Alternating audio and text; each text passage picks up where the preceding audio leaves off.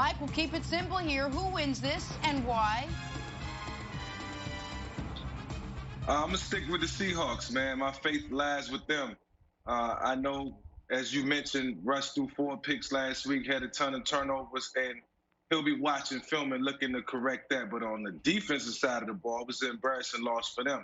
And the one thing they have to do, and the one thing that all players have access to in professional sports, is the ability to watch film and correct their mistakes. Everybody better be in that film room this week, watching film, correcting their mistakes, and making the job easier for Russell and the offense. You know, I think the offense has carried this team into this point, and I think it's time for the defense to step up and carry the team the rest of the way.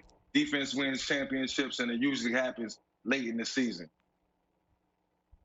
Yeah, listen, me too, man. The Seahawks will win this game, but it will be a good one. Mike, we know who this team is. Man, they play bad defense.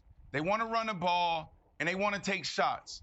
And to do that and to be successful, Russ got to protect the ball. He hasn't done that. He's still the MVP in my eyes, but he's opened the door for so many other people to enter this conversation. So for them to win, Russ got to play like Russ played. He can't have these low moments. But then when you look at the other side of the field, man, McVay, this is going to be interesting. You're going to see coaching at its finest. What are the Seattle Seahawks doing to combat this bad defense that Wild's been highlighting for weeks now? They're actually starting to blitz more. Cover 0, cover 1 in the last 3 weeks. How did the Rams lose last week? They lost to the Miami Dolphins because the Dolphins was blitzing and they couldn't pick it up. Goff didn't look good. All week, McVay has been throwing everything at Goff to get the ball out quick. They've been putting extra pads on him, hitting him, extra pads in the lane, the throwing lanes, to make sure he makes the right decisions. So if the Seattle Seahawks are going to blitz more to combat their struggles, and the Rams is actually working on the blitz pickups, this could be really interesting when it comes down to chess, Kevin Wilds.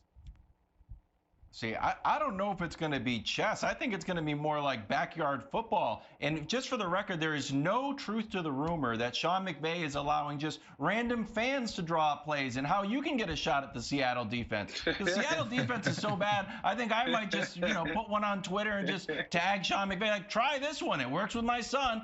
Nick, these are the teams that are giving up 30 points. The Cowboys, they've won 2 games. The Jacksonville Jaguars, they've won 1 game. The Texans have won 2 games. The Lions have won 3 games. The Jets are at 29.8. They've won 0 games. And then you got Seattle, who have won 6 games because of Russell Wilson and DK Metcalf.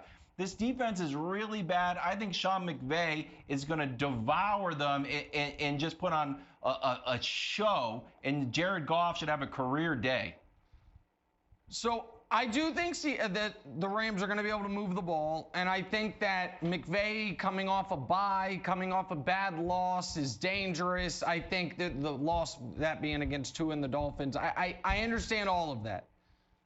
But I think the Rams might be right alongside the Bears for the most fraudulent 5-win team in the league. Because here's who the Rams' wins have come against: the NFC East and those Bears. So I don't know that they're good. I know Seattle is great at throwing the football. And while we bang on them for their defense, and we should, in 2020, if you can only be great at one thing, you know what I'd want it to be? Throwing the football. And so I don't think Russ is going to have another multi-turnover game. And so I think the Seahawks go to Los Angeles and win this game. That doesn't mean their concerns for the season about their defense are fixed.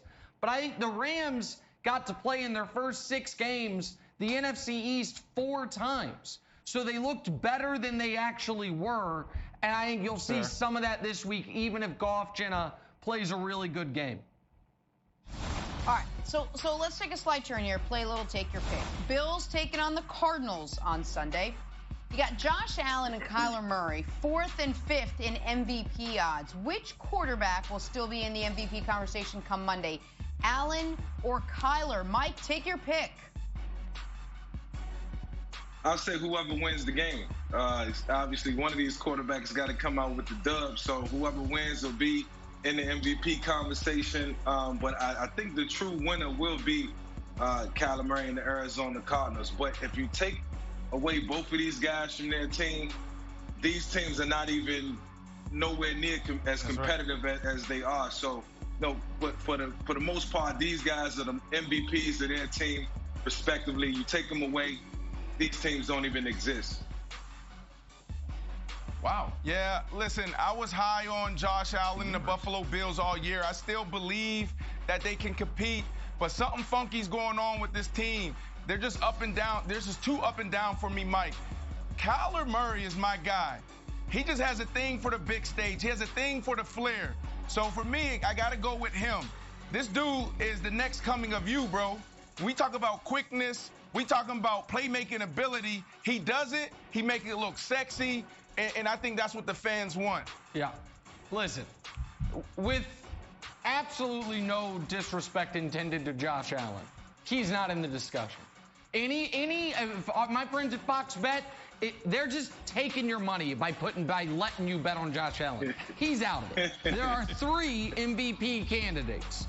It is Patrick Mahomes, it is Aaron Rodgers, and it is the quarterback of the winner of the NFC West, Russ or Kyler, because you can't win the MVP if you don't win your division. So the answer is Kyler, because Josh Allen's not even going to be eligible for it. But Russ and Kyler, which of those 2 are in the discussion, Jenna? That's going to come down to which of their teams wins the division. I love the Cards this week. Thanks for watching. Subscribe here to get the latest from the show. Also, be sure to check out more of the best clips from First Things First, or go watch a few segments from our other shows on FS1.